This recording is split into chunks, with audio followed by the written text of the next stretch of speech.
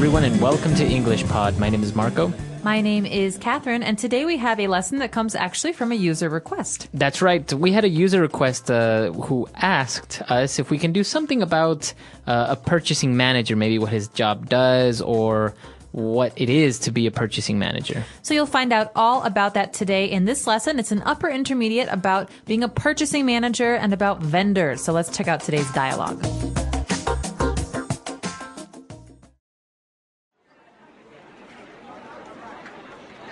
Good morning, Angela. How have you been lately? Morning, Michael. I've been very busy lately. One of our other vendors is going out of business, and I've been searching for a suitable replacement. Well, rest assured that you can count on us to be here for the long run. Please sit down. Coffee? No, thanks. I've been trying to cut down on the caffeine. I could never do that. I'd be a zombie if I didn't have my morning coffee fix. Let's get down to business then. Yes, I've come to talk with you about ordering the 8-megapixel cameras for our new Mi phone. The demand for phone cameras is growing, and Pear has been falling behind in the market. That's great. I'm glad to hear that Pear has finally jumped on the bandwagon. Right now our contract is for the 5-megapixel cameras.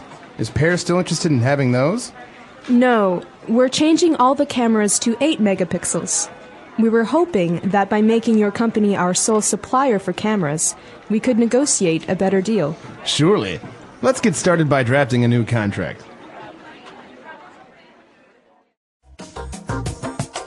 All right, we're back. So a very interesting job to be a purchasing manager, a lot of responsibility on top of him. And we actually saw some really interesting phrases and words that are related to business, to negotiating, contracts, etc. So let's take a look at some of those now on Language Takeaway. Language Takeaway.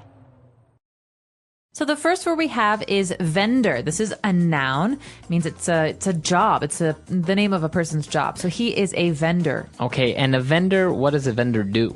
Well, a vendor sells things.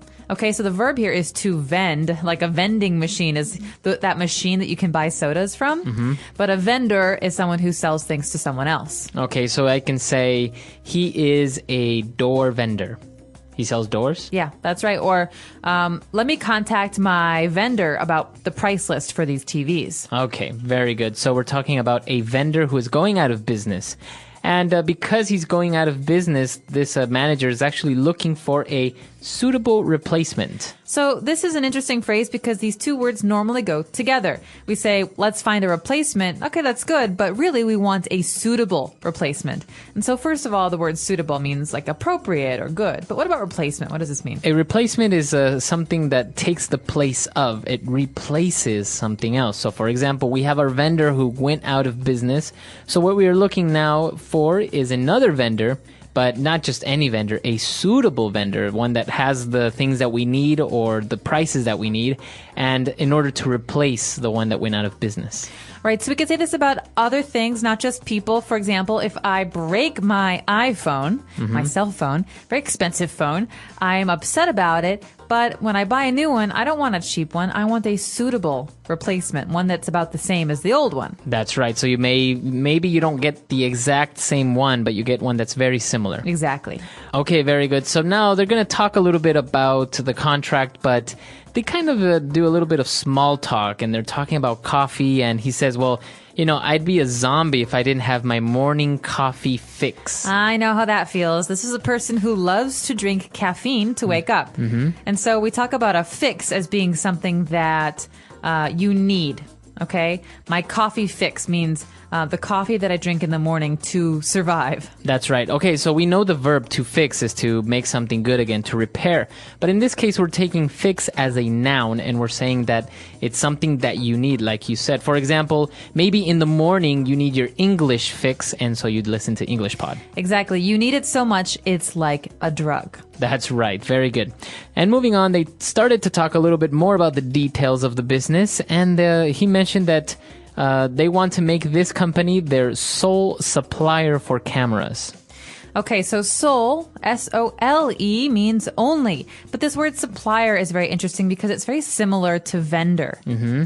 So it's basically someone, a company maybe, or a person that supplies you with what you need. All right, so to supply is to provide for. So for example, if I work at a clothing store and I sell lots of nice clothing, I need a supplier to bring me the clothes that I sell. Otherwise, right. where am I going to get them from? I don't have a factory. That's right. For example, IBM is one of the biggest computer suppliers or manufacturers in the world. All right.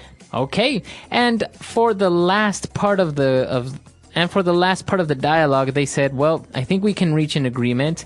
Let's get started by drafting a new contract. They're going to draft a contract. All right, so this is interesting because we don't use the verb to write a contract.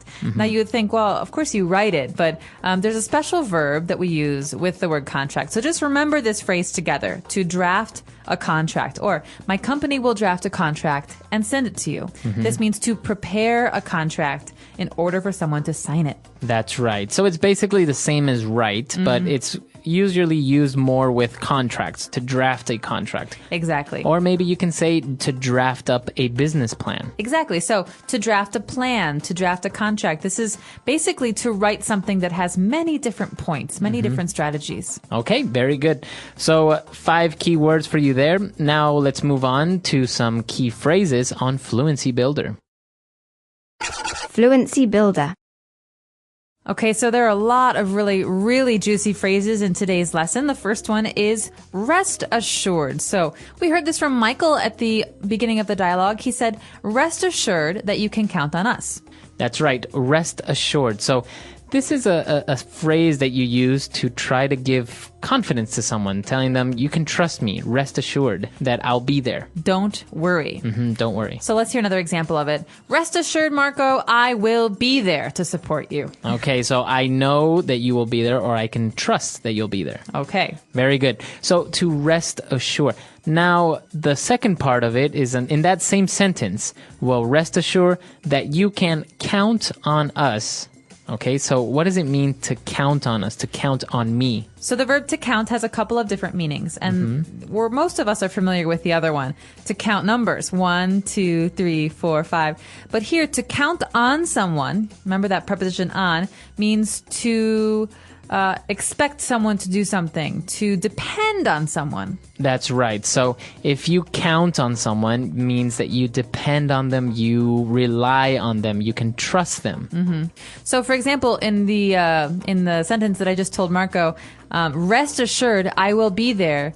You can count on me. That means you can depend on me. You can expect me to be there. I will not let you down. That's right. Okay. In that same sentence, we have another phrasal verb. Rest assured that you can count on us to be here for the long run. The long run. All right. So we're not actually running here. The long run is a phrase that means for a long time. So, for example, if I'm in an interview and someone asks me, well, we're really interested in your resume and we really like you. We want to know, are you available in the long run, in the long term? That's right. So if you say, yes, I am here for the long run, it means that you are here for a long time. Okay. And let's move on to our next phrase. When they're actually, they stopped with the small talk and now they want to get down to business. You hear this phrase all the time because you don't just walk into a meeting and start talking about business stuff, you know? You start with the nice things first. You say, how was your weekend? How is your wife? How was that game of golf? So you're talking about nice small talk, like you just said, Marco. But when you want to start talking about numbers or products, things like that, that is called business. So when you want to start that, you say, let's get down to business. That's right. Very good. So it's a phrase to say, okay, now let's start talking about what we came here to do, to start talking about business. And the last phrase that we have for you, it's a very interesting phrase. When they were talking about one of the brands of phones, they're saying, I'm glad to hear that Per has finally jumped on the bandwagon. Now, Marco, I wish I could tell you I knew where this phrase came from, but I don't. Let's just talk about the word bandwagon first. I think bandwagon means something that everyone is doing. That's right. So I think if everyone is, likes the color purple, and all of a sudden you like the color purple, then that means you just jumped on the bandwagon. All right, I jumped on the bandwagon. So you think of a wagon as like, before they had cars, they had wagons. They're wooden and they have wheels and they're pulled by a horse. And so everyone is on there and they're all going somewhere. And I wasn't on it, but I jumped on the back. That means I joined everyone. I started to do what they're doing. That's right. So I guess you agree with them, or you're going towards in the same direction that everyone else is going. Look at Marco. He just bought an iPhone. Now he's jumped on the bandwagon. That's right. So everyone is going in the same direction. Everyone is doing the same thing. Everyone likes the same thing. So to jump on the bandwagon, you can use it in the business sense. For example, if somebody is not agreeing with you or somebody doesn't want to support your project, you can say, I would really appreciate it if you jumped on the bandwagon and supported us on this. That's right. So it's not always a bad thing, but remember that the verb that is synonymous with this is to conform. Okay, to do what everyone else is doing. That's right. Okay, so a lot of interesting things here. Let's listen to our dialogue one last time.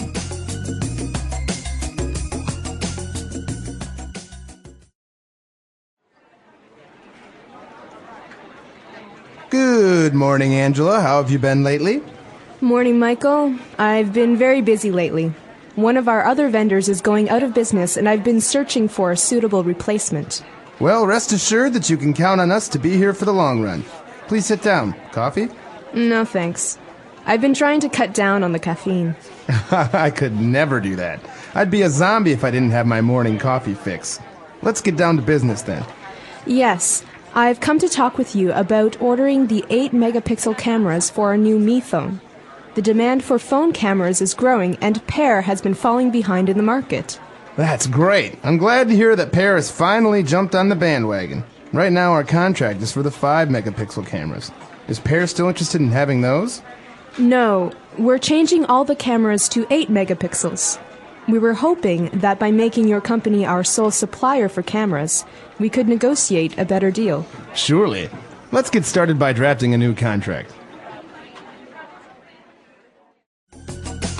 So talking about purchasing, it's actually a very interesting position. I think many or almost all companies, big companies, have this position where not only do they have to, maybe if they're in retailing, they have to purchase the goods that they will sell, but also in offices, for example, who buys the paper, the printers, the copiers, everything for the office. That's right. And this is a very important position, as you say, because this person can save a company a lot of money if the person knows the right vendors. That's right. If the only vendors you know are selling things at very high prices, then that's not very good for you or for your business.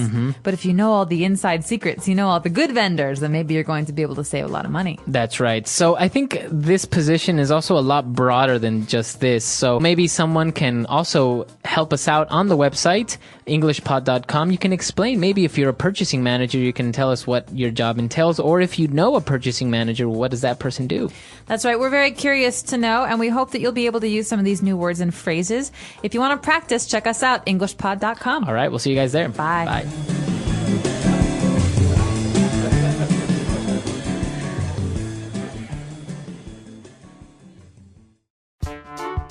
The English Pod Audio Review. Listen to the meaning, then say the vocabulary word. Having the right qualities. Suitable. To be sure. Certain.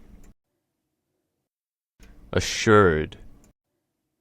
Phrase used to express a long period of time. Long run. A formal written agreement between two or more people.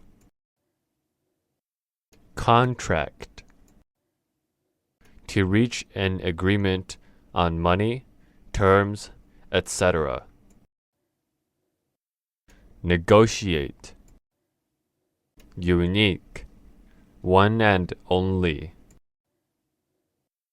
Sole. Person or company who sells you goods. Supplier. A long period of time. The long run. Let's try that faster. Having the right qualities. Suitable. To reach an agreement on money, terms, etc. Negotiate. Phrase used to express a long period of time. Long run. Unique. One and only. Soul. A long period of time. The long run. A formal written agreement between two or more people. Contract. To be sure, certain. Assured. Person or company who sells you goods. Supplier. Now say the word and hear it in a sentence. Suitable. Suitable. Suitable. Long run. Long run. Long run.